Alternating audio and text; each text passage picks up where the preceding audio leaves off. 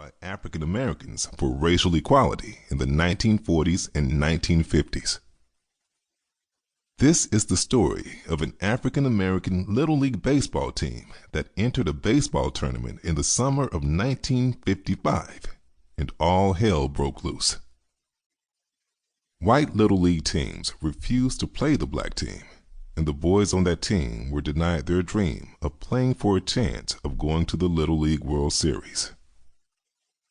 It is the story of how racial discrimination scarred the souls of black children, as historian Lee Drago put it. How much harm did it do to the little kids' souls? It caused them to doubt their self-worth, to diminish their pride.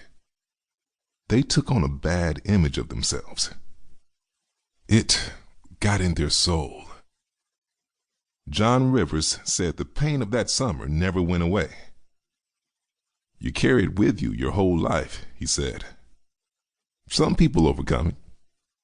As I get older, I think about this more. You can achieve a lot, but you're still scarred for the rest of your life. The former All-Stars spent much of their lives trying to forget what happened to them that summer, and the rest of their lives telling people why their story must be remembered. William Buck Godfrey, a member of the team, called his memoir about the Cannon Street All-Stars the team nobody would play. Creighton Hale, who was once chief executive officer of Little League Baseball, described the Cannon Street YMCA All-Stars as the most significant amateur team in baseball history. Gus Holt, who revived the story long after it had been forgotten, said the story of the team is a twist on an old story. Man's inhumanity to man has been constant through history, Holt said. This is about man's inhumanity to kids.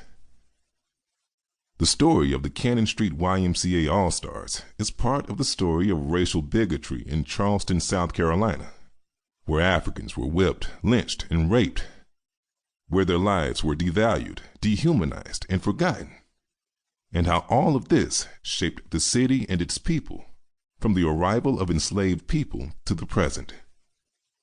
No city in America is more connected to its past. No city is more connected to slavery. And no city prospered more because of the exploitation of enslaved people. When Northern politicians called for abolishing the slave economy, South Carolinians met in Charleston and seceded from the United States in 1860. The Civil War began in the Charleston harbor, and African Americans celebrated when Union troops victoriously marched into the city toward the end of the war.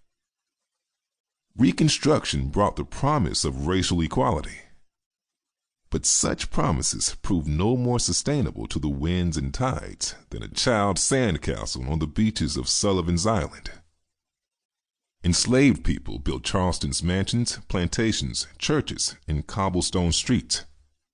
And hundreds of years later, the city's economy depends on tourists who come to visit those mansions, plantations, and churches, walk on those cobblestone streets, and go to the Atlantic Ocean and splash in the water where hundreds of thousands of enslaved people were brought to America. For all its appeal, Ron Stodgill wrote in the New York Times, Charleston also evokes a brutal chapter of American life. A city built on and sustained by slave labor for nearly 2 centuries. Beneath the stately facade of this prosperous city is a savage narrative of Jim Crow, right through the civil rights movement. White supremacy runs through the history of Charleston, but so too does black resistance. There were slave rebellions and race riots in Charleston. Blacks stood their ground during and after the Civil War. African Americans confronted racial discrimination during and after World War I and World War II, and during the Civil Rights Movement, and they continue to do so today in response to unrelenting bigotry and unspeakable tragedies, such as the murder of 9 African American parishioners at the historic Emmanuel African Methodist Episcopal, AME.